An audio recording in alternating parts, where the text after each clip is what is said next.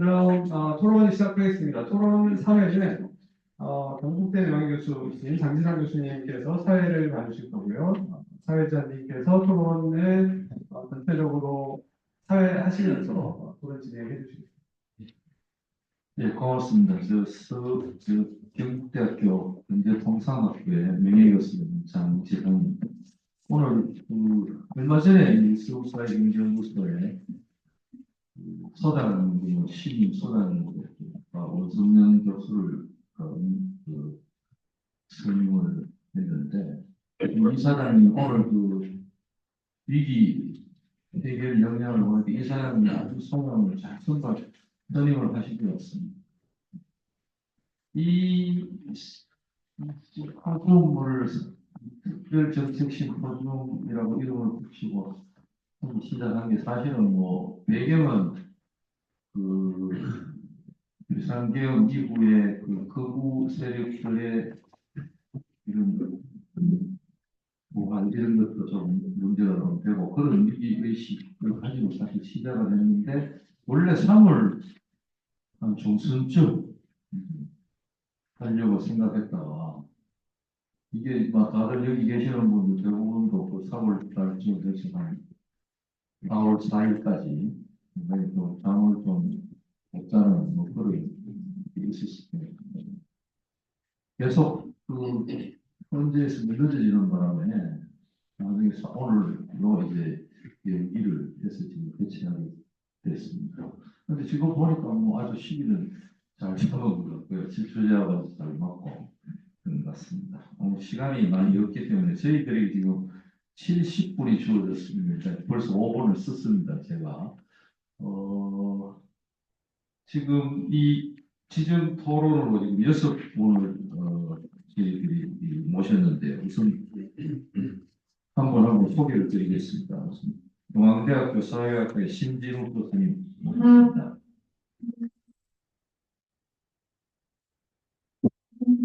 홍인구 장관 보좌관을 하시고 현재 경제평론가로 활동하시는 신현아 박사님, 참여연대 민생희망본부 양창영 변호사님, 본부장님, 전 기재부 2차관이시고 현재 서울대학교 경제학과의 학부의 특임교수로 계신 이혁원 한국금융연구원의 선임연구위원에 계시는 장민 박사님, 그리고 사단법인 금융경제연구소 조혜경 소장님 모셨습니다. 저는 사회로서 제가 무슨 많은 말씀을 드리기보다는 시간 컨트롤을 제가 하는 게 제 임무이기 때문에 저는 제 말씀을 여기서 마치고 저희들이 여기 6시 되면 끝나야 되기 때문에 지금 토론자 1인당 제일 많아야 10분밖에 드릴 수가 없습니다. 그래서 가급적 10분을 다 채우시지 말고 한 7, 8분에 끝내주시면 여기에 이 주제가 워낙 시위에 맞고 이래서 청중 중에서도 이렇게 코멘트 하시고 싶은 분이 저는 많을 거로 생각합니다. 그래서 가급적 지정 토론이시지만 시간을 좀 아껴주시면 감사하겠고 절대 10분은 넘기지 마시기 바랍니다. 중간에 조금만 주시면 감사하겠습니다. 여기 나와 있는 순서대로 이제 패널 토론을 시작하겠습니다. 우선 중앙대학교 심진욱 교수님 토론해 주시죠. 마이크를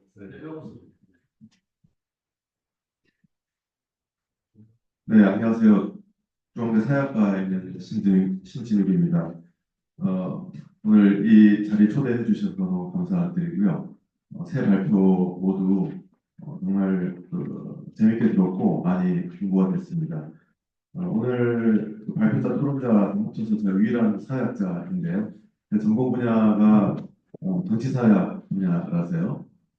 발표하신 내용에 대해서 제가 의견을 이따가 드리는 것과는 별개로 아주 짧게 아까 발표자 세 분께서도 처음 시작할 때 간략히 말씀을 해주신 것처럼 지금 그 12.3 개헌 그리고 그 이후에 정확히 4개월이더라고요. 12월 4일에 개헌 해제되고 4월 4일에 탄핵 선고가 됐으니까 정확히 넉 달 동안 12.3 개헌과는 또 다른 차원의 굉장히 격렬한 과정들이 진행되어 왔다는 생각이 들고요.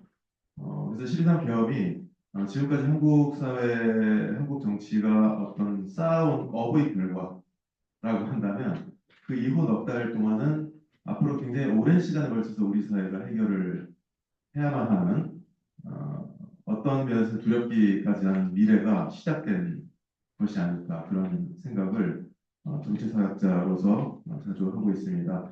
그 박근혜 전 대통령 탄핵과 이번 경우도 둘 다 탄핵이고요. 파면한다로 똑같이 끝났지만 전혀 다른 사건이라고 저는 생각을 하고 있습니다. 전적으로 다른 사건이라고 생각을 하고요.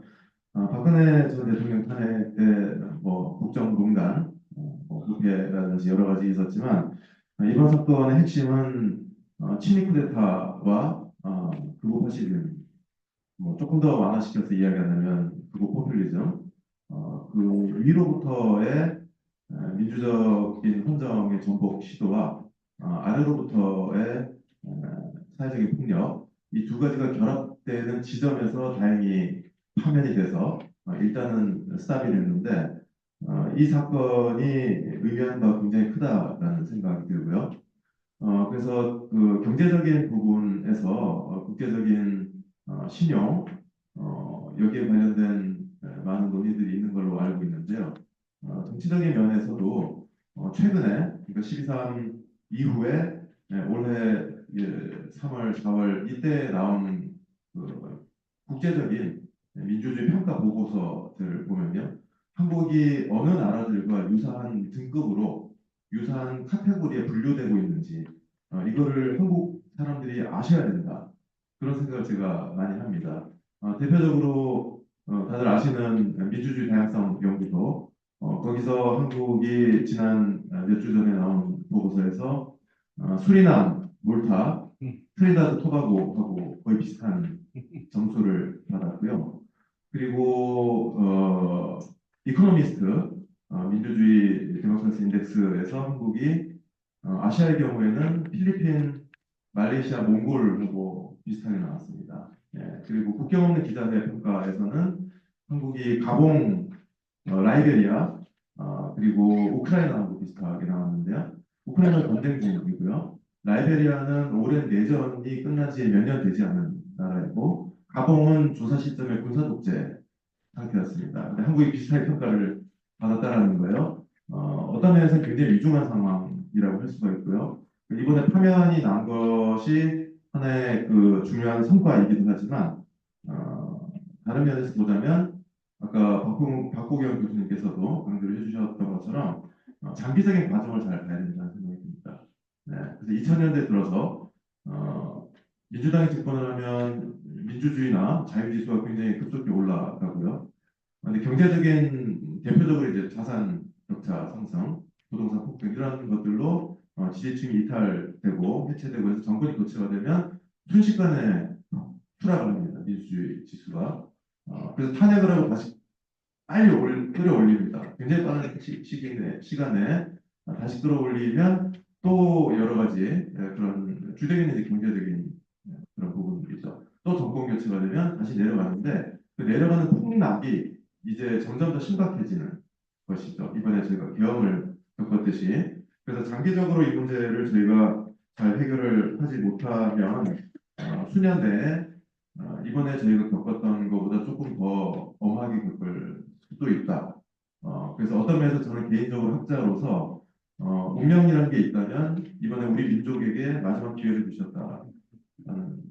진지하게 그런 생각을 하고 있고요. 여러 가지 모든 지표를 다 봤을 때 이번 친일 쿠데타 시도는 성공할 수도 있었다는 게 제 확신입니다. 네, 하늘이 도와서 실패를 한 건데요. 그런 상황 판단을 하고 있고요. 그래서 참 양면적인 것 같습니다. 한편으로는 지금 민주주의의 위협을 겪고 있는 나라가 전 세계도 굉장히 많지 않습니까?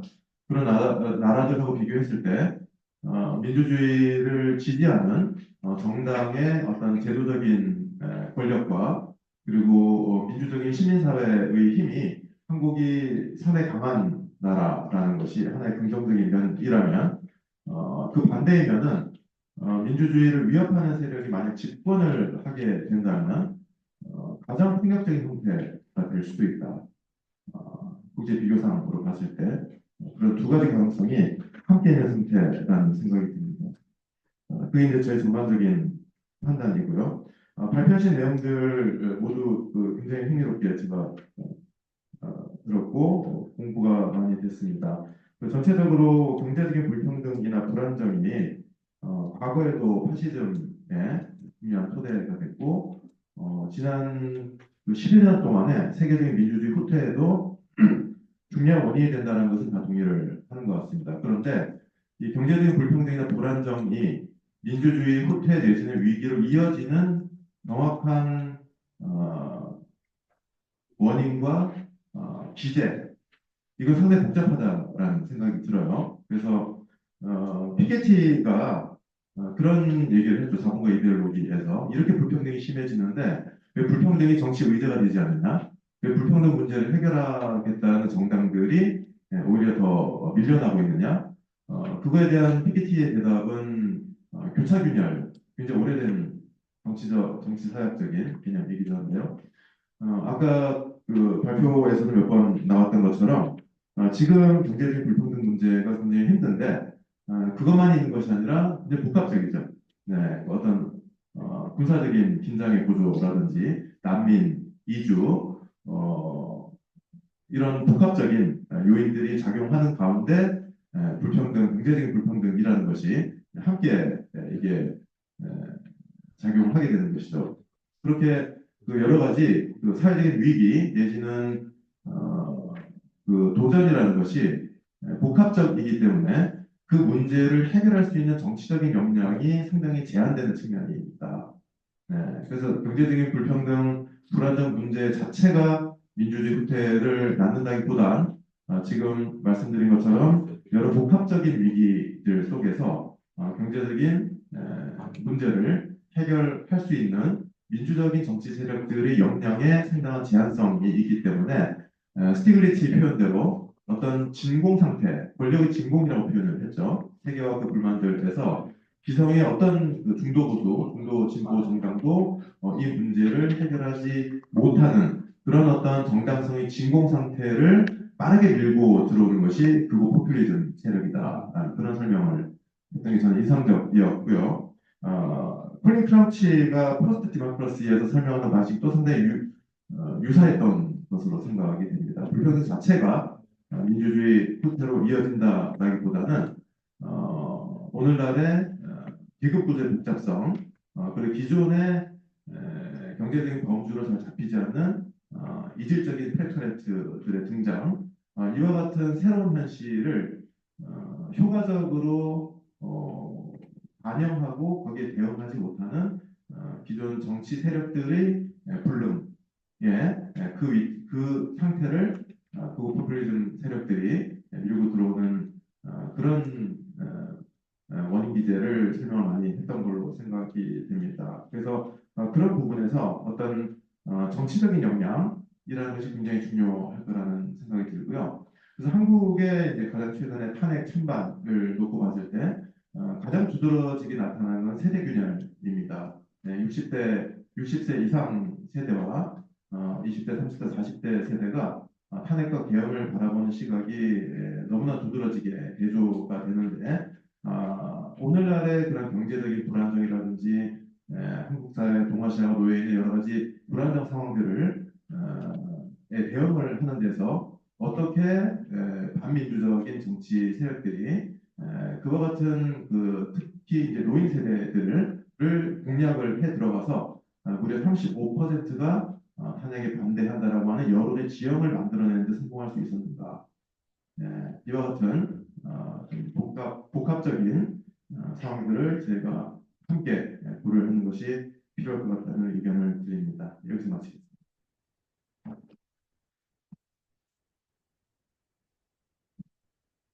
네, 감사합니다. 다음은 신현호 대표님. 지금 준비되어 있는 토론을 보니까 정책 가운데서 저는 사실 그 앞에 발표문 세 개를 작성하신 분들 모두와 가깝고 사실은 그 논문 세 발표문을 준비하는 대목도 같이 했기 때문에 이견은 전혀 없습니다. 그리고 그래서 뭐 적절한 토론장은 아닌데 그래도 뭐 제가 어떤 역할을 할 수 있을까 생각해 보니까 저는 다른 분들하고는 다르게 예, 무슨 논문을 쓰는 이코노미스트는 아니고 이렇게 국회와 행정부 그다음에 연구소 같은 데서 뭐 이렇게 실무적 활동을 많이 한 그런 이코노미스트여서 제 실무의 경험을 말씀드리는 게 좋겠다 싶었고 그래서 이 뭐 발표문 중에서 그 우리 경제 정책의 가버넌스 구조에 관한 하나만 그냥 딱 간단하게 말씀드리는 게 좋겠다고 생각해서 그거만 썼습니다. 여기 제 거기 보시면 제가 이제 원칙 세 가지를 말씀을 적어놨는데 실제로 제가 염두에 둔 거는 네 가지입니다. 근데 마지막 거는 글로 남기기 좀 부담스러워가지고 그냥 말씀으로만 드리겠습니다. 예, 그쓴 거하고 조금 순서를 바꿔서 제가 생각한 첫 번째 원칙은 제가 뭐그 민주적 청구성의 강화 이런 표현을 썼는데요. 본래부터 모든 공직은 국민으로부터 나오는 겁니다. 이건 뭐 너무 당연한 거고 국민으로부터 나오는 공직을 정당화하는 가장 손쉬운 방법은 선거입니다.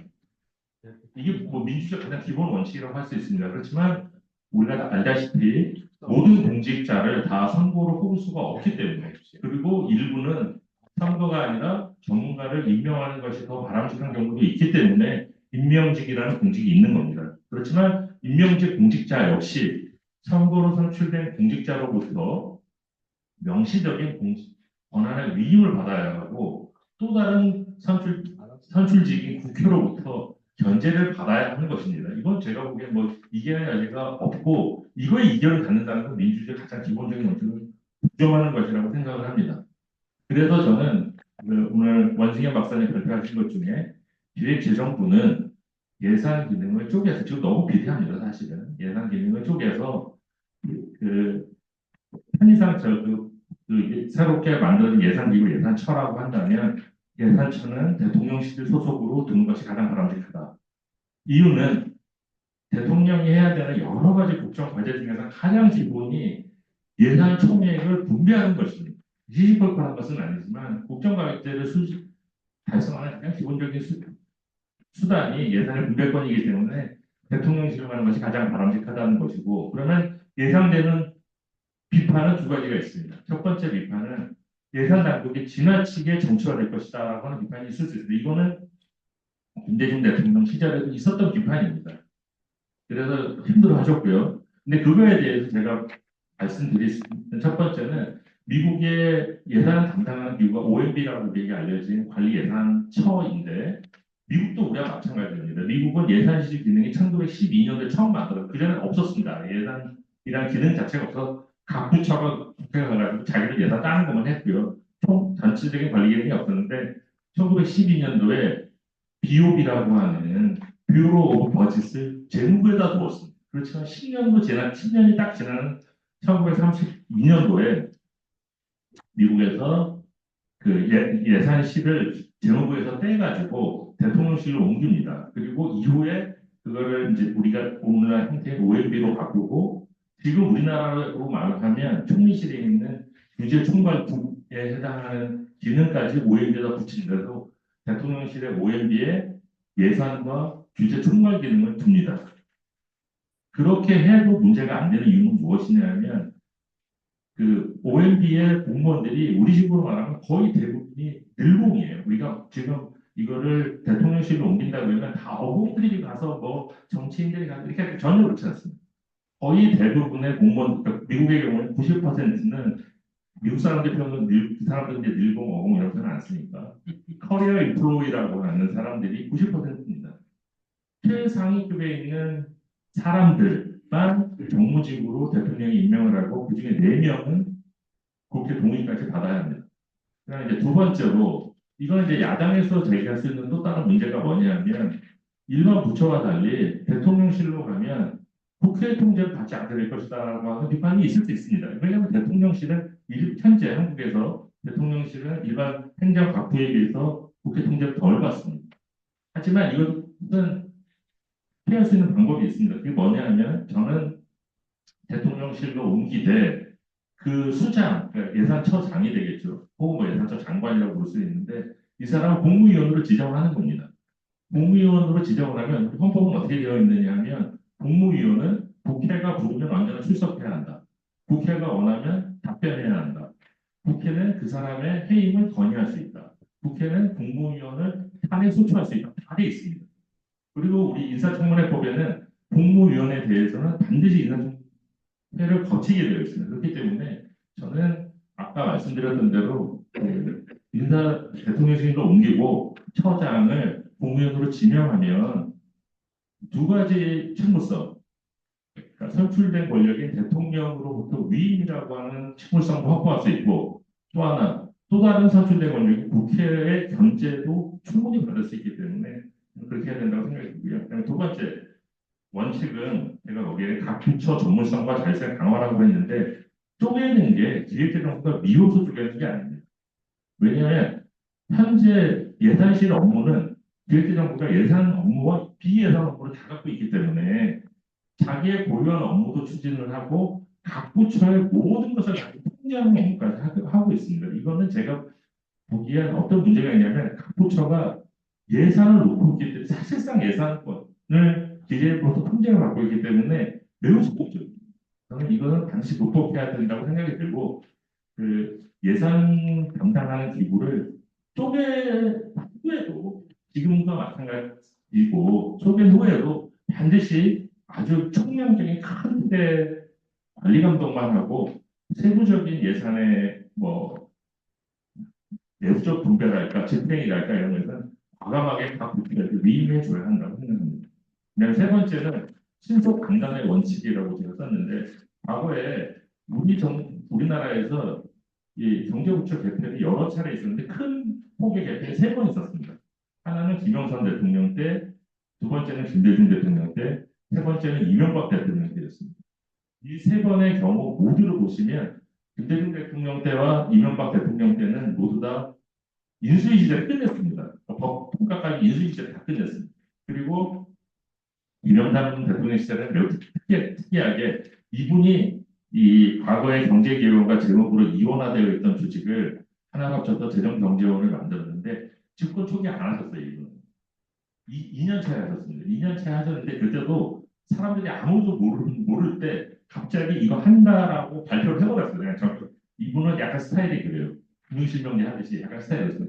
전격적으로 그냥 언론 발표를 하고 딱 23일 만에 통과를 다 끝내버렸어요. 이건 오래 걸리면 안 됩니다. 이건 제가 왜 이거 오래 걸린다고 걱정을 하느냐면 지금 이거에 관련된 여러 가지 글들이나 제안들을 보면 뭐 무슨 컨설팅 회사에 컨설팅을 받는다, 내부 진단을 받는다, 세부적으로 뭘 어떻게 조정한다, 막 이런 얘기도 너무 많은데 그렇게 하면 제가 보기에 영원히 못할 겁니다. 이거는 딱 집권한 집회 특히 이번처럼 그 인수위도 없는 상황에서 뭐 너무 파인 튜닝된 조직 개편을 하려고 반드시 실패하고 아마 못할 거다. 그러니까 제가 생각하기에 지지도도 굉장히 높으니까 지금은 이거에 대해서는 그냥 과감하게 한 번에 하고 그러면 후속 조치는 또 굉장히 많은 게 있을 거예요. 뭐 금융 감독 체계는 어떻게 개편할 거냐, 통상을 담당하는 그거를 미국처럼 뭐 USDR로 만들 거냐, 아니면 외국으로 줄 거냐, 산업부로 줄 거냐, 뭔가 얘기들이 막 많을 텐데 그런 거는 천천히 해도 되지만 요거는 딱 하고 한 달에 정부조직법 전체를 다 바꾸는 거를 해서 끝내야 된다고. 마지막 원칙 제가 말씀드리려고 여기 쓰지는 않았습니다. 마지막 원칙은 뭐냐면 이 모든 거는 대통령의 결단입니다. 사실은 많은 사람들이 되게 의아스러워하는 것 중에 하나가 문재인 정부 때 이걸 왜 안 했을까요? 민주당 계열 정부는 경제부처 개편이 우리가 3번 집권을 했는데 김대중 대통령 우리가 잘 아는 대로 엄청난 개편을 했고 노무현 대통령 때와 문재인 대통령은 전혀 하지 않았습니다. 파인튜닝만 했습니다. 근데 노무현 대통령 때는 김대중 대통령 때 바로 다음 정부이기 때문에 특별히 이견이 없어서 그랬다라고 우리가 이해할 수 있거든요. 근데 문재인 정부 때는 앞에 이명박 박근혜 정부를 겪으면서 거의 10년 가까이 지났고 이명박 대통령도 엄청난 변화가 있었는데 왜 안 했을까? 이거에 대해서 많은 사람이 굉장히 궁금해합니다. 사실은. 그래서 뭐좀 표현을 쓰기 뭐 해가지고 그냥 말씀을 드리면 당시에 그냥 제가 그때 국회와 뭐 이런 뭐 연구소 이런 데 있었으니까 국회에서는 어떤 표현들까지 있었느냐면 아 이게 뭔가 이 대통령께서 이 경제부처 혹은 모피아들에게 약간 중국 들어 있나 뭐 이런 말까지 있었을 정도였기 때문에 결단이 되게 중요하다고 마지막으로 한 말씀을 더 드리면 그 결단은 어떻게 나타날 거냐면 아마도 대통령이 딱 당선이 되시면 새로운 대통령에게 기재부에서 이억을 차량들이 쫓겨서 하는데 아마 기획재정부에 계신 출신의 모비들이나 기획재정부에 높으신 분들이 오셔서 이렇게 말씀을 말할 겁니다. 당신의 국정 과제를 성공적으로 달성하기 위해서는 협력한 기획재정부가 필요하다. 모든 업무를 통과하고 예산과 경제를 총괄하는 거대하고 강력한 기획재정부가 있어야 당신의 국정 과제, 당신의 포부를 달성할 수 있을 것입니다. 이런 말을 할 거예요. 저는 그 얘기를 뒤집어 보면 매우 강력한 검찰이 있어야만 적폐를 청산할 수 있었다고 믿었던 우리 과거의 잘못을 반성해야 되듯이 저는 그렇게 해서는 절대 안 된다. 뭐그 정도 말씀드리고 마치겠습니다.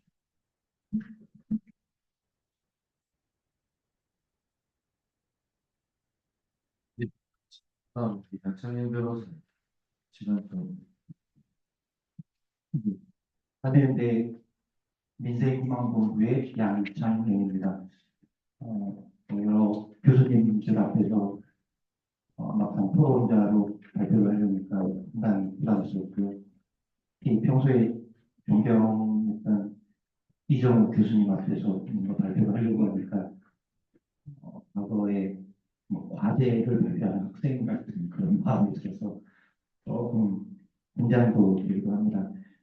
저 또한 여기 신준일 교수님 말씀하셨던 것처럼 유일한 법률가로서 참여하고 있는 것 같은 경우는 조금 다른 관점에서 같은 고민을 얘기하는 그런 토론이 되지 않을까 싶습니다.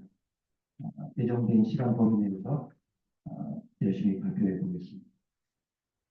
세 분 발표하신 내용은 잘 들었고 공부도 많이 했고 사실 좀 공부하려고 왔습니다. 저는 이제 발표문 세 개를 다 받고 두 번, 세 번 읽으면서 익숙하지 않은 용어들과 그래프들 이런 것들을 꼼꼼히 훑어가면서 하고자 하시는 말씀들을 쭉 정리해 봤습니다. 경제와 민주주의의 어떤 관계, 상호관계를 분석하고 민주주의 발전을 위해서는 그 토대가 되는 경제의 중요성을 강조하는 어떤 그런 분석과 의견의 공방이었습니다. 그리고 이제 현재의 불평등 문제라든가 양극화 이런 것들이 민주주의에 어떠한 영향을 미치는가, 그리고 경제적 지위가 정치적 성향과 어떻게 맞닿아 있는가 하는 것들에 대한 분석, 그리고 이에 대한 어떤 해결 방안이나 방향 이런 부분에도 상당한 공감을 했습니다. 이제 조금 다른 또 고민이 들어있습니다. 저는 이제 평소에 사회대에서 많이 활동을 하면서 주로 이제 발표에도 잠깐 얘기가 나왔지만 자영업자들의 문제라든가 그다음에 소상공인, 중소기업 이런 우리 사회에서 경제적 약자라고 하는 그 계층들의 지위 내지는 권익을 어떻게 하면 넓혀갈 것인가 라고 하는 부분들을 많이 고민을 했었는데 그때마다 답답했던 것 중에 하나가 있었습니다. 이른바 경제적 약자라고 하는 사람들의 이야기, 문제들은 왜 경제 언어로 서술을 할까? 인권의 언어로, 민주주의 언어로 서술하는 것은 불가능한 것일까? 라고 하는 어떤 그런 답답함이 있었습니다. 그런 고민의 연장에서 잠깐 말씀을 드리고자 합니다.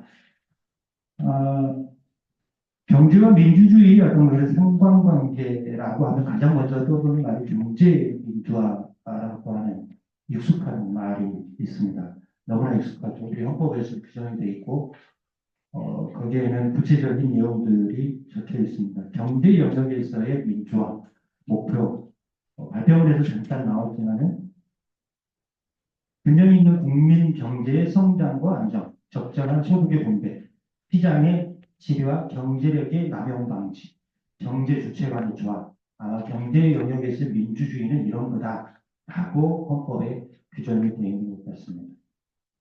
그다음에 이제 이런 어떤 경제 영역에서의 민주주의를 어떻게 실현할 것인가라고 하는 것과 관련돼서는 한 단어로 이렇게 적혀 있는 것 같습니다. 규제, 정부의 규제와 개입을 허용하는, 즉 경제 영역에서 민주주의를 실현하는 데 있어서는 정부의 역할이 필요하다라고 하는 것들을 우리 헌법에는 명시하고 있는 것 같습니다. 물론 이 규정에 대해서는 일부 헌법학자라든가 물론 경제학을 공부하시는 분들도 그런 어떤 의견을 가질 수 있는데요. 무의미한 조항이다. 당시 헌법을 개정하면서 87년도에 헌법을 개정하면서 재벌들의 문제를 조금 언급하기 위해서 그냥 이렇게 선언적으로 해놓은 조항에 불과하다라고 해서 의미를 아주 축소하는 의견들이 사실은 있습니다. 반대로 경제 영역에서 민주주의를 우리 헌법에 굳이 왜 설치해 놨을까? 규정해 뒀을까? 오히려 이것을 그 이후에 계속 그 의미를 확대하고 확장하는 역할들을 해야 된다. 하지만 거기에 좀 소홀했다. 라고 하는 아쉬움을 토로하는 의견들도 충분히 있습니다. 그러면 경제에 있어서의 민주주의 내지는 경제와 민주주의 관계 여기에서 방금 경제 민주화 조항을 얘기했는데요. 왜 경제에다가 굳이 민주주의를 갖다 붙여놨을까? 라고 하는 고민을 한번 같이 해봤으면 좋겠습니다. 처음에 인사 말씀하셨던 이사장님께서 비슷한 말씀들을 하셨던 것 같습니다. 어찌 보면 경제에 있어서 그때 당시에 경제에 있어서 민주주의를 규정했던 이유는 제가 지금 생각하는 것은 경제 영역에서는 비민주적일 수밖에 없다는 고민이 아니면은 그때 우리 역사를 뒤집어 봤을 때 살펴봤을 때 그런 고민이 담겨 있었던 것 같습니다. 경제에서 민주주의는 쉽지 않아. 그렇기 때문에 경제에서는 민주주의를 반드시 천명해 두어야 그나마 그렇게 갈 수 있더라고 하는 그런 결단이 있었다라는 생각이 듭니다. 여기에서부터 한번 다시 오늘 나왔던 발표문들의 얘기들을 되새겨봤으면 합니다. 앞에서 쭉 경제와 민주주의 상관관계, 민주주의가 발전하기 위해서는 민주주의 기반이 되는 경제가 어떠해야 되고 조직은 어떠해야 되고 운영은 어떻게 해야 된다라고 하는 말씀들을 쭉 해주셨습니다. 그리고 혁신이라든가 규제개혁도 얘기를 해주셨고요. 청년들의 참여, 경제적인 어떤 참여, 보장 이런 것들이 있습니다. 과연 그 설명들은 민주적인가라고 하는 질문을 드립니다. 궁극적으로는 민주주의 실현하는 하나의 어떤 방편, 민주주의 토대를 강화하는 그런 취지의 발표들이었고 방향이었다는 것에서는 공감합니다. 하지만 그 설명하는 방식이라면 그렇게 저는 민주적이지 않았다고 하는 좀 아쉬움들이 있습니다. 예를 들면 정책 거버넌스 앞에 토론자분도 말씀하셨고 발표에서도 발표문에서도 좀 인상 깊게 봤습니다. 이걸 민주적인 언어로 어떻게 설명할 수 있을까? 단순히 정책 거버넌스는 정책에 있어의 효율성이라든가 합리성만을 얘기하고 있는 건 아닐 겁니다. 경제 정책을 만들어내고 실현하고 하는 데 있어서의 다수의 국민들 내지는 정책을 결정하기 전 단계에서 국민들의 참여와 이해관계의 조건들, 즉 절차적인 민주적인 정당성을 만들어내는 과정이다. 저는 이렇게 설명을 해보면 어떨까라는 제안을 해봅니다. 다른 것도 마찬가지입니다. 청년들에 있어서의 일자리가 줄어들고 있는 문제들, 양극화의 문제들을 해소돼야 되는 이유는 그 과제들이 해소되어야만이 아니면은 해소하는 과정이 민주적이어야 한다는 방식으로 설명해 줄 수 있으면 더 좋겠다라는 결과적으로 말씀드리면 경제 영역에 있는 민주주의를 얘기를 할 때도 민주적인 언어와 합법으로 얘기를 해야만이 경제라고 하는 것도 민주주의가 실현될 수 있다라는 말씀을 좀 감히 드리고자 합니다. 정리해서 말씀을 드리면 경제적인 불평등 양극화 때문에 민주주의가 발전이 더딘가 아니면은 정치가 후퇴하고 정치에 문제가 있기 때문에 경제에 악영향을 미치는가 이런 설명도 가능할 것 같습니다. 하지만 경제 그 자체가 민주주의에서는 안 되는가? 오히려 경제적 양극화나 불평등은 경제 그 자체에서 민주적이지 않았기 때문에 생긴 결과가 아닌가? 라고 하는 식의 접근, 설명, 해결 방안에 대한 제안 이런 것들이 더 있었으면 좋겠다는 의견을 감히 드립니다. 결국 경제적인 어떤 틀과 언어로 분석하더라도 민주주의 언어로 정책을 제시하고 설명하고 할 수 있을 때 제시된 정책들은 좀 더 풍부해지고 우리 민주주의도 성장할 것이라는 생각이 듭니다.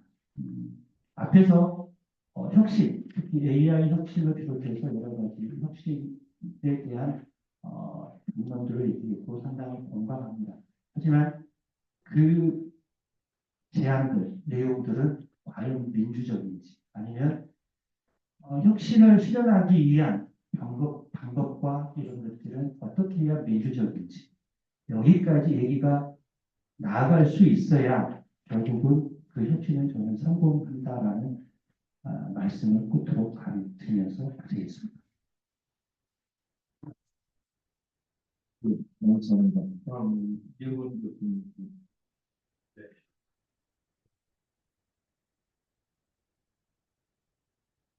네, 안녕하십니까. 이용우입니다. 제가 여기 참석을 제안받았을 때 처음에 좀 주저했어요. 여기 뭔가 좀 안 어울리는 것 같고, 예? 저는 지금 자유인이긴 하지만 그래도 오랫동안 관리 생활을 했고, 뭐 이래서 어떤 경우도 보니까 조직 개편 얘기까지 나오고, 그래서 주저하다가 결국은 어떤 분이 다양한 시각을 가진 사람들끼리 어떤 건전하고 생산적인 토론 문화의 활성화, 이게 거창하게 보면 또 민주주의 토대를 강화할 수 있는 좋은 기회가 되지 않겠느냐 하는 자기 스스로의 개인 용기를 크게 만들어서 용기를 내서 나왔습니다. 제가 먼저 총론 강론 이렇게 말씀드리면 제가 이제 주로 관련 생활을 거시경제정책, 그다음에 경제정책 방향의 기조라든지 방향 설정, 여러 부처의 이해관계 조율 뭐 이런 쪽이기 때문에 오늘 발제문에서 제가 이제 관심 있게 본 부분은 이 한국 경제 상황을 어떻게 진단하고 또 대응방을 어떻게 모색하는지 그 부분을 좀 총론적으로 깊이 있게 봤거든요. 우리 박홍 교수님 같은 경우는 이제 위기 상황을 진단하고 전환 동력의 회복, 그다음에 우리 원세윤 교수님은 경제와 혁신의 구조 확립과 뭐 중산층 기반 강화.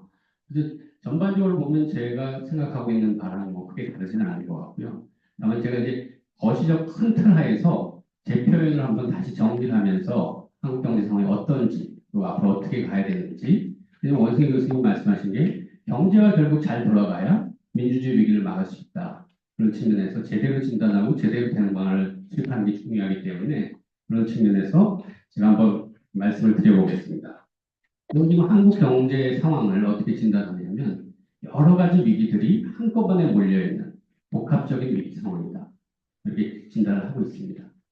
뭐 대내적, 대외적, 그 다음에 단기적, 뭐 구조적 여러 가지 위기들이 다 한꺼번에 몰려있다. 먼저 대외적 위기 상황을 보면 지금 잘 아시는 대로 초불확실성 하에서 글로벌 경제 질서가 완전히 새롭게 판을 짜고 있는 이런 상황인데 저는 대외적 위기를 세 가지 전쟁으로 표현합니다. 첫째, 미중 패권 경제. 이제는 서로 경쟁적 대립 관계가 아니라 구조적 충돌, 적대적 대립 관계. 완전히 판이 이제 새로 짜여지는 게 하나 있고요. 두 번째는 기술 전쟁. 강철규 교수님도 말씀하셨지만 AI를 기반으로 해서 기술이 모든 것을 좌우하는 국가 전면전이 펼쳐지고 있는 기술 전쟁의 시대. 세 번째는 무역 전쟁. 트럼프 관세 폭탄으로 이어지는 초불확실성화에서 무역 질서가 완전히 흔들리고 있습니다. 굉장히 뭐가 혼란스러운 대외적인 환경입니다. 대내적으로는 어떤 위기냐? 저는 세 가지 앞뒤에 겹쳐 있다고 생각합니다. 첫 번째는 사실상 한국 경제가 리세션에 지금 직면해 있다. 작년 2분기에 성장률이 마이너스 0.2%, 분기당 전기비 대비지만 3분기에 플러스 0.2, 4분기에 플러스 0.1. 합쳐서 보면 사실상 0% 성장을 안 한 것은 없습니다.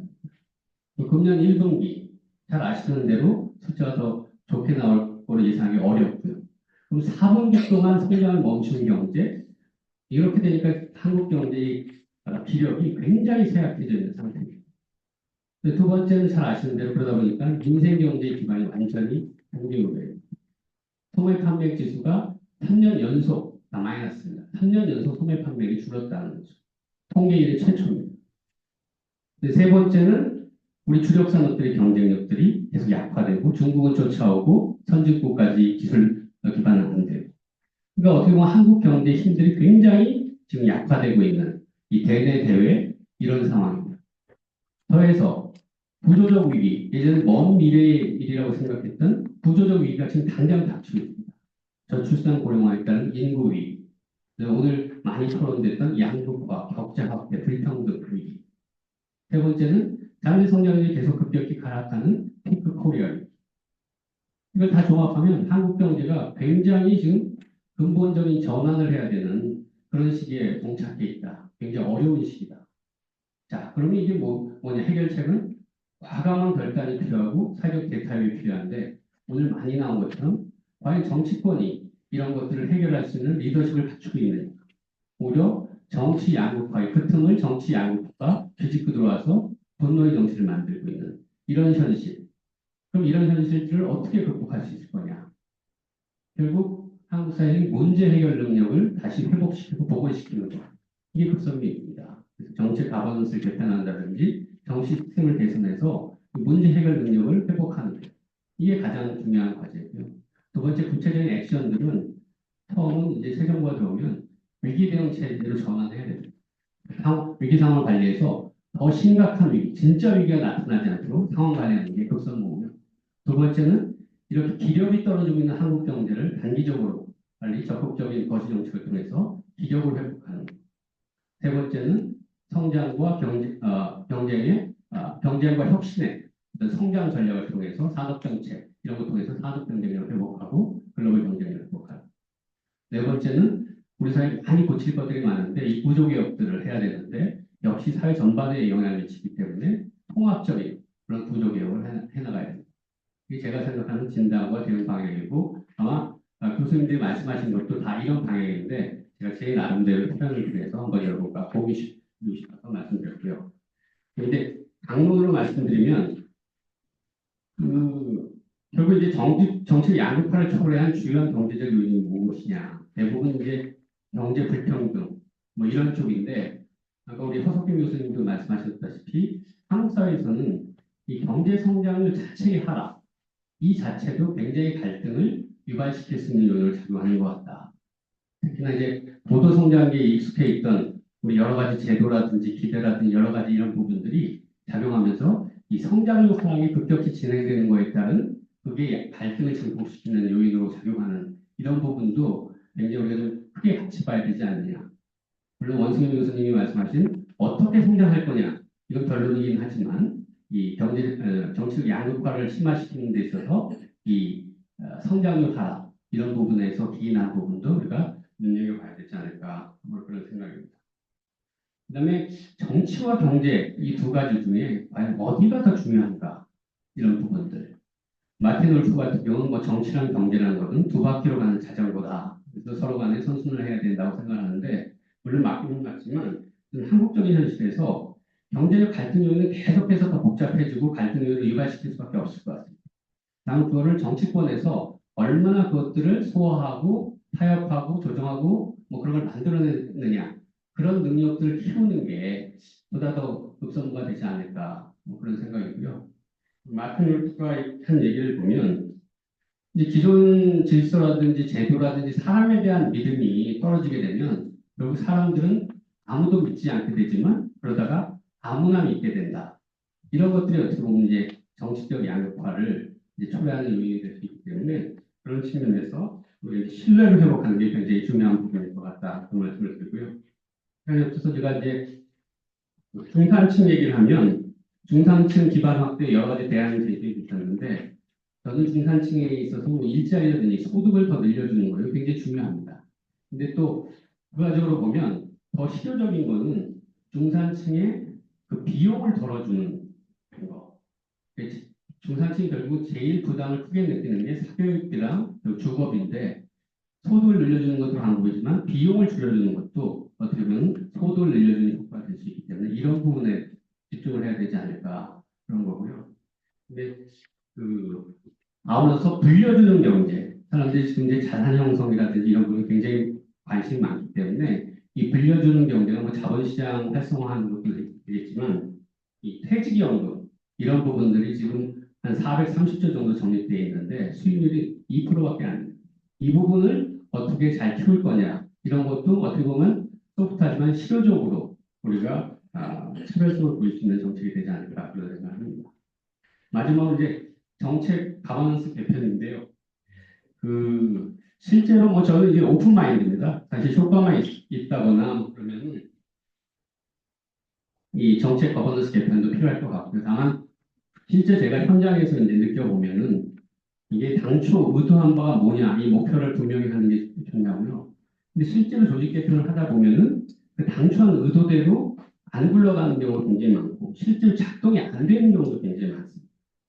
그러니까 설계를 굉장히 정교하게 해야 되고 그 개편의 실익이 그 나머지 그런 부작용들을 훨씬 더 압도할 때 그런 것들을 하는 게 굉장히 중요하고 물론 이제 상징력이라든지 여러 가지 부작용이 있는 문제들을 뭐 시정한다는 차원에서는 뭐 조직 개편 이런 부분도 필요할 경우 할 필요가 있다고 생각을 합니다. 이 두 가지인데 이제 대통령실을 어떻게 갖고 갈 거냐. 이제 대통령실에도 근무를 몇 번 해봤는데 이 대통령실의 미션은 뭐냐?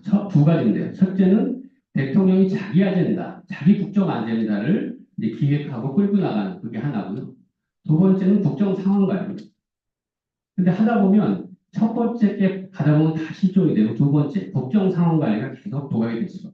여기저기서 사건 사고가 터지고 뭐 언론에서 뭐 부각되고 그러면은 전부 다 대통령실이 국정 상황관리 쪽으로 이제 올 수밖에 없는 거죠. 자, 그럼 이제 우리 사회가 그걸 참아줘야 되는데 보통 그렇게 안 돼요.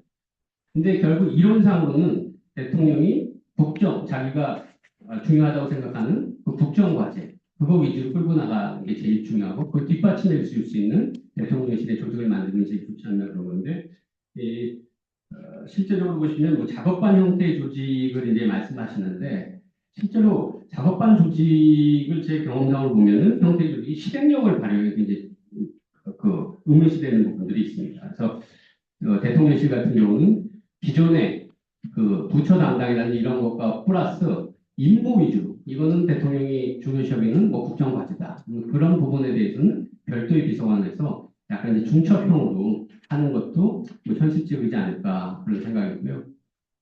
그런데 이제 기획재정부를 어떻게 할 거냐 뭐 이런 부분인데 이제 목표가 뭐냐에 따라 다른 것 같습니다. 그러니까 목표를 집중된 권한을 분산해서 견제와 균형 원리를 회복할 거냐. 뭐 이것도 큰 가치가 되겠죠. 큰 목표고. 두 번째는 실제로 정부 부처에서 일을 하다 보면 제일 고민되는 게 뭐냐면 점점 이제 한 부처의 힘만으로 해결되는 일이 없습니다. 여러 부처가 다 얽혀 있는 거예요. 근데 이런 일들을 과연 어떻게 해결해야 될 거냐. 궁극적으로 이제 대통령이 나서야죠. 근데 대통령이 한 개도 아니고 전부 다 할 수 없고 대통령실이 다 이런 데다 다 개입할 수 없고. 그러다 보니까 결국 경제부총리를 둬서 경제부총리가 그런 것들을 조율하고 조정하고 이렇게 되죠. 물론 이제 그 부작용으로 너무 과도한 권한이 된다거나 너무 부처의 자율성을 저해한다거나 그렇지만 기능적으로만 보면 그 기능을 국정 운영할 때 어떻게 해결할 거냐 뭐 이런 부분이 남아있는 거거든요. 이제 그런 측면에서는 이제 거시경제 전반에 대한 총괄적 조율 뭐 이런 것 측면에서는 현행 체제가 갖고 있는 장점도 있다. 그리고 또 하나는 예산 기능에 이제 과도한 권한을 이제 빼는 문제에 있어서 사실 조직 개편도 필요하지만 실제로 예산이 실질적으로 너무 지금은 이제 몰려 있는 부분들을 부처 개편되더라도 이것을 해소를 하고 가야 됩니다. 기본적으로 예산이라는 거는 매크로 총량 재원 배분은 재정전략회의라든지 대통령실이라든지 여러 국무위원들이 모여서 큰 방향을 정하고 실제 사업 예산 집행은 그 각 부처가 하고 그러니까 매크로 버지팅과 마이크로 버지팅이 나뉘어져 있고 사실 예산실은 그 중간에서 평가하거나 조정하거나 그렇게 해야 되는데 지금 말만 탑다운이지 전부 다 예산실이 몰려 있거든요. 이거를 뭐 부처를 개편해도 그게 그 기능이 그렇게 간다면 부적인 건 계속 남아 있을 겁니다. 그러니까 순수하게 그 기능을 어떻게 실질적으로 또 분산할 거냐 이런 부분도 같이 논의해야 되지 않을까 그런 생각입니다. 예, 감사합니다.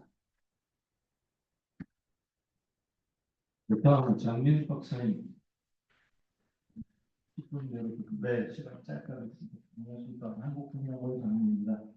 오늘 좋은 발표 많이 드리고 이런 자리 주셔서 감사합니다. 저는 대학을 졸업하고 80년대 말에 한국은행에 들어가서 조사국에서 오래 근무했습니다. 근데 그때 근무할 때마다 조금 뭐 일이 없어 보이거나 좀 놀다는 기미가 보이면 윗분들이 시키는 게 야, 불러가지고 한국 경제 구조적 현황이 뭔지 그리고 전략이 뭐냐, 대응 방안을 마련해, 뭐 이런 것들을 수도 없이 시켰습니다. 그래서 몇 개를 썼는지 모르겠습니다. 그리고 제가 나중에 조사국장이 된 다음에 그런 걸 시켰습니다. 밑에 복 시키면 제일 좋더라고요. 일단 뭐 몇 달 동안 이게 부려먹기가 굉장히 좋습니다. 근데 이제 그 정도의 차이는 있지만 오늘 발표해 주신 이런 그 한국 경제의 그 문제점 해결 방안은 뭐 진짜 한 뭐 20년, 30년 동안 약간의 정도의 차이 있습니다. 그렇지만 계속 얘기해 온 거고 그리고 해결이 되지 않고 더 심화되어 오고 있는 것 같습니다. 지금 나온 이런 문제점들이라든지 문제 해결 방안도 우리가 전부 다 알고 있었던 것인데도 불구하고 전혀 해결이 안 되고 있고 더 심해져 왔습니다. 그래서 이게 그럼 왜 이렇게 왔을까라고 했을 때 저는 정부의 어떤 그 소극적인 역할, 정부의 책임의 표도 있다고 생각합니다. 가령 그 가계부채 문제가 심각해진 거는 한 2000년대 초반이었습니다. 2000년 초반부터 이제 가계부채가 정말 위험하다고 했는데 그 가계부채가 그럼 왜 문제가 되냐 하면 그것도 역시 정부의 역할과 관계가 있습니다. 경기가 안 좋거나 성장 잠재력이 약화되거나 하면 가게나 기업이나 뭐 정부가 나서서 누군가는 나서서 그걸 받쳐주고 이끌고 나가야 됩니다. 그런데 정부가 그 역할을 하지 않고 가게 금리 낮춰주고 빚내서 집사하라 그래가지고 건설 경기 부추기고 그래서 단기 연기 올리고 끌어온 것이 가계부채를 키운 그런 구조적인 문제가 된 거고요. 근데 정부는 빠져 있었던 거죠. 기업 부채도 마찬가지입니다. 왜 우리나라가 지금 가계 부채와 기업 부채가 높은데 정부 부채는 아주 좋습니까? 그럼 결국은 정부가 할 역할들을 안 하고 죄송합니다. 안 하고 가게나 기업에게 많이 미뤘다는 거거든요. 그러면 물론 이제 뭐 앞으로 우리가 고령화 사회로 가고 있고 통일 비용까지 또 생각하고 여러 가지 복지 사회로 생각했을 때 재단 건전성을 지키는 것이 중요하다는 것은 맞습니다. 그렇지만 그냥 그 재정 건전성을 지키는 게 중요해서 그냥 끌어안고 이렇게 그냥 가만히 있다가 죽는 식으로 가는 건 아니지 않습니까? 그래서 어떻게 본다면 이제 그 재정 건전성은 저희가 보기에는 단기적으로 뭐 이걸 매번 맞춰야 되는 게 아니라 중장기적으로는 재정 건전성을 맞춰야 되지만 단기적으로 해야 될 일을 하면서 가야 되는 거거든요. 그래서 지금과 같이 이렇게 대내외 여건이 굉장히 나쁘고 가게나 기업이 전혀 움직일 수 없는 상황이면 이때 나서서 좀 돈을 풀어주고 끌고 나갈 수 있는 건 정부밖에 없습니다. 이런 데 역할을 해야 됩니다. 그래서 뭐 이렇게 하다 보면 물론 이제 그래서 이제 적정 채무 수준에 대한 논의라는 거는 단기적으로 해서 이번에 뭐 올해 몇 퍼센트, 내년 몇 퍼센트, 3년짜리 이렇게 중장기 재정 전망을 세우는 것이 아니라 전체적인 견지에서 가령 한국은행 물가안정 목표처럼 2%면 그게 올해 내년에 지켜야 될 것이 아니라 중장기적으로 추구해 나가야 될 그런 목표지만 단기적으로 얼마든지 경제 상황에 따라서 위반할 수 있는 거거든요. 그래서 이런 식으로 간다면 좀 이제 그런 역할을 해야 된다고 보고 있고 그렇게 된다면 일단 뭐 여러 가지 저희가 뭐 어떤 그걸 할 수 있게 할 수 있는 어떤 제도적인 어떤 제약 조건이 있을 어떤 제도적으로 그걸 할 수 있는 방법이 있는지 모르겠지만 일단은 오늘 나온 여러 가지 정책 가버넌스 문제도 굉장히 크다고 생각합니다. 그래서 아까 기획재정부의 분리 문제에 대해서 이제 많은 말씀이 있어서 제가 여기서 더 이상 말씀을 드릴 필요는 없을 것 같긴 하지만 이 예산 정책과 경제 정책이 같이 있음으로 인한 어떤 재정의 소극화 문제라든지 이런 것들을 봤을 때는 분명히 이건 좀 이제 분리를 해줘야 된다고 생각하고요. 특히 이제 아까 신 박사님께서 말씀하신 것처럼 대통령실로 가서 책임 정치를 구현할 수 있도록 그런 방향으로 이제 좀 가야 된다고 생각합니다. 다만 이제 저는 여기서 좀 더 말씀드리고 싶은 거는 소극적인 역할이라는 것이 그럼 재정 정책만 했냐고 했을 때 결국은 통화 정책도 마찬가지라고 생각을 합니다. 전반적으로 어떤 기획재정부의 역할을 조정을 하고 정책 가반스를 개편한다고 하는 데에는 전체적인 통화 것이 금융 정책 체계를 전반적으로 같이 이렇게 해서 어떻게 하면 거시경제 정책의 체계를 정립해 나갈 거냐라고 고민을 하는 것이 맞지 않나. 단순히 기재부 조직 하나만 가지고 그렇게 나가기는 어렵다는 생각이 들고요. 그래서 이런 점에서 이제 결국은 다들 아시는 얘기지만 과연 지금 현재 기재부에서 예산 정책을 떼어나가고 나머지 세제와 경제 정책 조직을 할 때 그러면 국제금융국하고 금융정책국은 다른 부서에 있는데 그걸 그대로 놔둬도 되느냐의 문제도 있습니다. 지금과 같이 국내 금융시장이 하나로 통합된 거지 않습니까?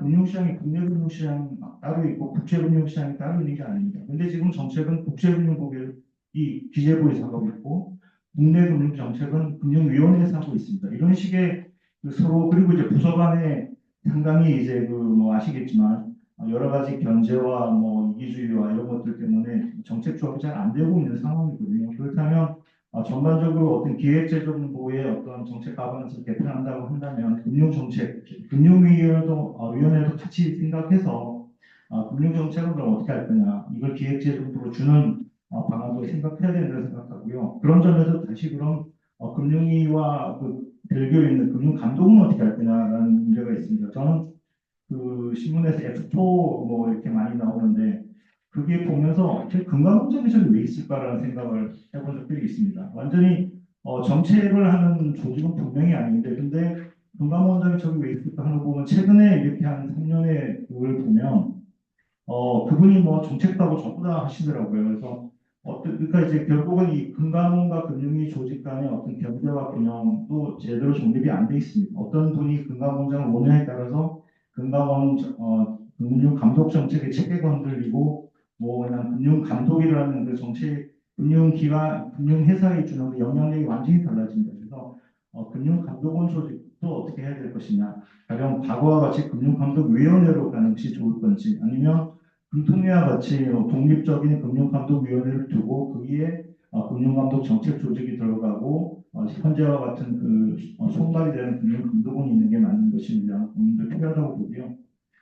또 한마디 드리고 싶은 건 통화정책 관련입니다. 통화정책은 지금 우리가 90년부터 지금까지 이제 물가 안정 목표제로 보고 있습니다. 그래서 통화정책의 가장 주된 목표는 물가 안정 목표로 물가 안정을 지키는 걸로 보고 있는데 그 물가 안정 목표제는 1980년대 말에 전세적인 인플레이션이 나타나고 중앙은행의 독립성이 중요해졌을 때 도입된 그런 어떤 통화정책 체계입니다. 근데 그걸 지금 40년이 지난 지금도 계속 그걸 우리가 갖고 가야 될까라는 물론 물가 안정은 중요합니다. 그렇지만 지금과 같이 어떤 전 세계가 온갖 정책을 다 하면서 경제 성장을 자기 국가의 안보를 챙기는 상황에서 통화 정책이 물가 안정만 보고 있는 건 너무 소극적이다라고 생각을 합니다. 그래서 미국에서 했던 것처럼 코로나 때 했던 것처럼 여러 가지 QE라든지 정책금융이라든지 산업금융 같은 것들도 왜 못할까라는 생각을 해봅니다. 그래서 경제 안정이라는 것도 분명히 이제 통화정 어쨌든 중앙은행 경제 안정이라는 걸 하면서도 이제 목적에 들어가 있지 않은 상황이거든요. 그래서 그런 것들도 이제 중앙은행 목표로 한번 생각해보고 그리고 수단이 없다 그러면 여러 가지 신용 정책 정도를 개발하게 해서 그걸 수립해서 같이 좀 이제 새로운 목표로 해서 그래야만 이 경제 활력화라든지 적극적인 어떤 통화 그리고 재정 정책의 운영이 가능하지 않을까 생각합니다. 이상입니다. 감사합니다. 예, 감사합니다. 마지막으로, 노선은 원래긴 저는 네, 10분 남았습니다. 네, 저도 간단히 하겠습니다. 토론토는 이미 자료실에 들어오기 때문에 그 내용을 공급할 수는 있습니다.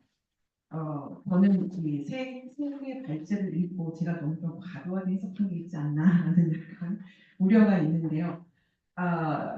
저는 아마 이 패널 중에서 유일하게 이제 정치학자입니다. 그리고 정치 경제학을 전공을 했고, 국제 정치 경제를 했고, 경제 제도와 경제 정책이 어떻게 그 나라 사회 체제에 성공 여부를 결정짓느냐 이런 내용들을 주로 해왔습니다. 그래서 오늘의 주제에 대해서 그 정치 경제 학자로서 몇 말씀 드리면 가장 먼저 이 큰 화두인 민주주의와 경제에 관해서는 민주주의와 경제는 관계가 그렇게 명확하지는 않습니다. 그러니까 여기서 민주주의 체제라고 이름을 붙였을 때, 그러니까 어떤 나라가 권위주의 체제인가, 아니면 우리나라처럼 민주주의 체제인가. 우리나라 같은 경우는 권위주의도 민주체를 얘기했지만 어쨌든 권위주의 체제나 그 체제적 성격으로서의 민주주의와 경제 성장관계는 명확한 관계가 성립하지 않고 인과관계는 절대 성립하지 않습니다. 다만 여기서 경제 성장과 민주주의에서 일정하게 상호적인 서로 양의 관계를 만들어낼 수 있는 조건은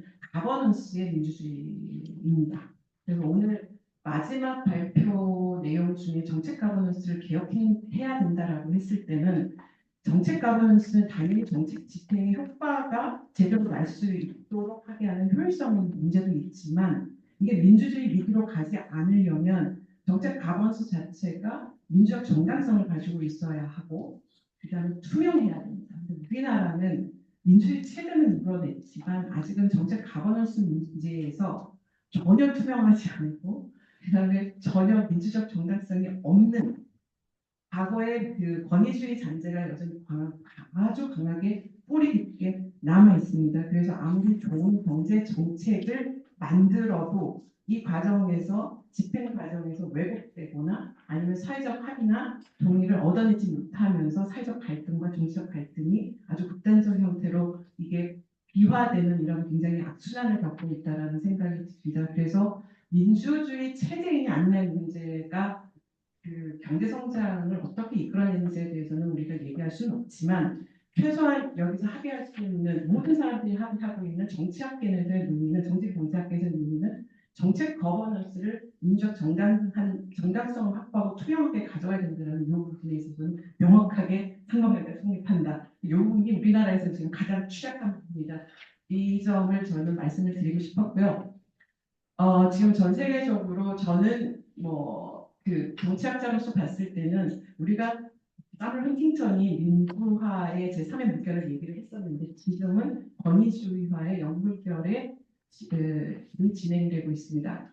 그리고 이 권위주의화의 역물결, 제3의 역물결이죠. 이 역물결의 동반 현상이 국가주의입니다. 이 국가주의는 지금까지 얘기했던 신자유주의의 모든 자본의 이동의 자유, 노동의 이동의 자유, 그 다음에 상품의 이동 자유 전체적으로 다 제한이 되는 이런 시기가 왔습니다. 이것이 권위주의적인 그 국가주의 형태일 수도 있고요. 민주적인 체제에서의 국가의 역할이나 국가의 조정적 개입 역할이 크게 강화되는 형태가 있을 수 있는데 지금 전세적으로 나타나는 현상은 권위주의적 성격의 국가적 조정적 개입이 더 강해지고 있다는 게 지금의 권위주의에서 역물결의 아주 그 특징적인 현상입니다. 그리고 우리나라도 예외는 아니라고 생각을 하고 있고요. 우리나라 같은 경우는 이제 소위 말하는 길거리 우파가 있고 그걸 넘어서서 지금 보수 정당 자체가 탄핵과 거리두기를 두지 못하게 하고 있는 현상. 근데 이게 우리나라에서도 앞으로도 권위주의적인 역물결이 굉장히 강하게 몰아칠 수 있다는 생각을 하고 있습니다. 이게 저의 전제 조건이고 다른 나라에서 정도에 따라서는 민주주의가 다시 복원되는 이런 일이 벌어질 수도 있지만 저는 이 국가주의 부활은 기본적으로 비가역적인 추세라고 생각합니다. 그러니까 국가가 적극적으로 시장에 개입해서 자본을 통제하고 시장을 통제하는 이 상황은 앞으로도 계속될 것이고 저는 이제 그 점에서는 신자유주의 시대가 다시 민주주의 부활과 함께 다시 돌아올 거라는 생각은 안 하는 게 좋겠다. 그리고 지금 또 고민해야 되는 문제는 국가가 어떻게 제대로 개입해서 경제와 사회를 올바른 방향으로 이끌어 나갈 것인가에 대한 고민을 지금부터 해야 됩니다. 제가 그래서 마지막으로 다른 발전의 내용은 그냥 그러니까 토론 내용을 참고하시고 마지막에 그래서 제가 말씀드리고 싶은 것은 민주주의를 어떻게 지키고 민주주의를 발전시키면서 경제 성장을 이끌어 갈 것이냐의 문제에 있어서 지금 우리가 직접 진짜 심각하게 고민해야 할 문제가 이 그러니까 정권 교체이라고 해야 되겠죠. 그래서 대통령 선거를 앞두고 정책 가버넌스를 어떻게 가져갈 것인가. 이제 이 문제에 당연히 집중할 수밖에 없다. 논의들이 집중해야 된다고 생각하는 게 있고, 저는 되게 안타깝게 생각하는 게 지금 아까도 말씀드린 전 세계적으로 국가주의가 부상하고 있으면 산업 정책이 없으면 경제 성장이 지금 불가능한 이게 뭐 기술적 전환기이기도 하고 국제 질서의 전환기이기도 하고 그러다 보니까 산업 정책이 가장 중요한 경제 정책 수단이 되어버렸습니다. 근데 당연히 통화 정책도 대전분들 거기 따라갈 수밖에 없는데 이 산업 정책이 부활하고 국가가 아주 직접적으로 자원 배분에 개입하는 이 시기가 왔는데 우리나라 같은 경우는 아직 권위주의 잔재를 청산하지 못했기 때문에 사실 관치라고 불리는 이름으로 대표되는 정부 관료에 의한 이 자원 배분이 너무나 아직도 강고한 영향력을 미치고 있다는 생각이 듭니다. 그래서 여기 제가 여기 이호건 전 차관님이 여기 오셔가지고 제가 너무 세게 말씀을 드리는 것 같아요. 좀 죄송스럽기는 합니다. 저는 합니다만 저는 이 새 발제를 관통하고 있는 게 우리가 관치를 좀 제대로 청산하지 않으면은 앞으로 우리나라에서 민주주의가 제대로 갈 수 있을까? 라는 이런 의문을 제기하고 있다가 제가 좀 과도하게 자의적으로 해석하지 않았나? 이제 그런 생각은 좀 듭니다만 어쨌든 이 정책 가버넌스를 어떻게 개혁할 것인가의 문제에 대해서 우리가 좀 심각하게 고민을 해야 된다는데 이 부분이 단순히 기재부의 권한을 분산하는 것에서 끝나지는 않을 것이라는 생각이 들고요. 이 과정 정책을 집행하고 그 다음에 입안하는 과정에서 이 집행하는 과정까지 어떻게 이 적어도 투명성은 보장돼야 됩니다. 이 투명성을 어떻게 제도화할 것인가? 거기에 대한 책임, 거기에 투명해야 누군가 책임을 질 수 있으니까 이 민주주의 어카운터빌리티라고 불리는 이 책임성을 명확하게 하려면 일단 투명해야 한다는 이런 부분이 있는데 우리나라 되게 희한한 나라인 게 모든 정보 비밀 유지 이런 것들이 다 법제화되어 있어요. 근데 저는 이 비밀 유지가 상법도 이사초실 의무 말고 이사의 의무에 비밀 유지 의무가 있지 않습니까? 우리는 아마 전 세계적으로 상법에 이사의 의무 중에서 비밀 유지 의무를 법제화하는 우리나라밖에 없을 거예요. 그러니까 이 비밀 유지는 투명한 민주주의와 완전히 적대적으로 대치되고 있는 부분인데 이제 이런 부분들을 고쳐야 될 것들이 상당히 많다는 생각이 좀 들고 어쨌든 그러니까 이 정책 가버넌스가 민주적 정당성을 확보하고 그다음에 투명성을 가져가게끔 이 제도 개혁들이 분명히 이루어져야 된다는 생각을 좀 강하게 하고 있고요. 저는 이제 이 점에서 이 장명민 박사님 말씀하고 동일한데 우리나라 이 정부 부처 중에서 기재부의 예산 기능에 아무 지장을 받지 않는 부서가 금융입니다. 금융은 기재부터 예산을 받아와서 운영을 하는 데가 아니기 때문에 금리가 독자적으로 있기 때문에 국내 경제 정책이나 대외 경제 정책에서도 금융위는 전혀 나홀로 길을 갑니다. 아무 상관없이. 이제 이런 문제들이 있기 때문에 기재부 예산 기능과 이 부분을 분리하는 것에 장인 박사님이 처음에 지적하셨던 이 경제 정책의 가버넌스 전체를 다시 재조정한다라고 했을 때는 거시경제금융, 한국은행을 포함하는 거시통화정책에서부터 경제, 그 다음에 금융정책까지 이를 다 총괄적으로 보고 큰 그림을 다시 그려야 되는 이런 상황에 있습니다. 이게 실제로 다음 차기 정부를 준비하는 과정에서 가능할지 안 할지는 모르겠지만 그거 없이 그냥 일부의 기능을 조정하는 것으로는 다시 과거로 다시 도롱할 수 될 거라고 생각을 하는 게 좀 있고요. 또 하나는 여기서 제가 또 하나 강조하고 싶은 건 이제는 경제 안보가 이 시대입니다. 경제 안보라고 하는 건 지금까지 우리나라는 경제 문제와 외교부 안보가 이렇게 분리되어 있었는데 이 경제 안보를 제대로 총괄 기획하고 대처할 수 있는 이런 부처가 있는가 이렇게 한번 물어봐야 합니다. 지금 산업 정책을 할 때도 외교 정책을 할 때도 통상만 하지 않습니다. 통상 정책과 산업 정책이 같이 가야 하는 상황입니다. 외교 정책 당연히 같이 가야 되죠. 경제와 안보는 분리되지 않기 때문입니다. 그러니까 이런 시대적인 불가피한 요구들이 있을 때 우리나라 정부 조직이 여기에 제대로 대처할 수 있는지에 대해서 점검이 필요하고 저는 대외 전략부가 그래서 별도로 통상 공부로 해결해야 된다고 생각하지 않거든요. 통상 공부 산업 정책을 제대로 수렴할 수 없다고 생각을 하기 때문에 어쨌든 대외 전략 부분을 그러니까 거시 평화 경제 금융 전체의 그림을 다시 놓고 그다음에 대외 부분들을 어떻게 강력하게 우리나라 대외 경쟁력 없으면 우리나라 경제가 성장하지 못한다고 얘기를 하고 있는 만큼 대외 전략 부분들을 효과적으로 총괄 계획하고 집행할 수 있는 강력한 부처가 좀 필요하지 않은가라는 생각을 개인적으로 하고 있습니다. 여기까지 하겠습니다. 네, 감사합니다. 생각보다는 저는 6시에 마칠 거로 생각하면 5분이 지났지만 혹시 그 청균석에서 혹시 코멘트나 질문 있으신 분이 있으십니까? 12페이지에 그 일부 보수층의 윤석열 탄핵 반대는 진보 성향 정부 정책에 대한 반대 의미가 크다는 표현이 내용이 있는데요. 이게 정책에 대한 반대, 일단 정책의 결과에 대한 반대인지 좀 의문을 좀 들었습니다. 진보 정부의 정책이라는 것이 과연 그 당시 제대로 그러면은 구현됐는지, 제대로 되고 그 결과가 안 좋아서 문제가 된 것인지 좀 그런 의문이 좀 들었고요. 그 다음에 저 17페이지에 대해서 그 밑에 보면 경제적 불평등 해소 없는 성장 추구는 미국의 사례에서 보듯이 권위주의 정부 출현되는 이 유관인데 이 경제적 불평등 해소 없는 성장 추구 미국이 과연 이게 어떻게 보면은 경제적 불평등 해소 없는 성장 추구는 공화당 정책인 것 같은데 이 앞에는 민주당 정부였는데 과연 그러면은 이게 제대로 된 진단이 맞는지 권위주의 정부의 출현의 원인으로 이 부분 맞는지가 좀 의문이 좀 들어서 거기에 대해서 좀 더 발표하시고 좀 의견을 좀 다시 한번 듣고 싶습니다. 네, 고맙습니다. 더 이상 질문이 없을 것 같아서 우선 그 발표하신 그 세 분께서 방금 우리 의원님 질문하신 걸 포함해서 간단하게 너무 길게 하지 마시고 한 1, 2분씩만 대답을 좀 해주시면 좋겠습니다. 의견을. 우선 그 앉아서 하시죠. 예, 그 12페이지라고 꼭 집어가지고 말씀을 해주셔가지고 특별하게 헷갈릴 수 있는데 예, 그 일부 보수층의 윤석열 탄핵받는 진보 성향 정부 정책에 대한 반대의 의미가 크다라고 말씀을 드리고 그 동그라미 작은 동그라미로 말씀드린 게 아마 거기에 대한 답이 될 것 같고 저희가 갖고 있는 될 것 같은데 기본적으로 보수층들도 이렇게 합리적으로 생각을 하고 있기 때문에 그 자신들에게 오는 그 경제적 관계에 따라서 그 의사결정하고 의사를 표현했다는 뜻에서 썼던 표현이었던 것 같습니다. 그리고 두 번째는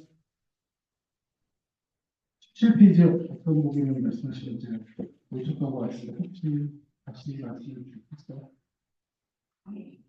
더 시간 걸리서 다음에 개인적으로 예, 죄송합니다. 그리고 이제 여기 코멘트 하신 것들에 대해서 의견이 있으시면 말씀 좀 해주시죠. 특별히 더 드릴 말씀은 없을 것 같습니다. 사실 그 어느 정도 이렇게 공감대가 형성되어 있는 상태에서 이렇게 토론들을 해주셨기 때문에 뭐 일부 이렇게 조금씩 다른 말씀들을 해주시면 했는데 그거는 저희가 수용을 하고 받아들이고 있고 다음에 글을 쓰거나 발표할 때 좀 더 조심해서 챙겨야 될 부분이라고 생각이 듭니다. 예, 그래서 드릴 말씀은 없을 것 같습니다. 박봉규 교수님.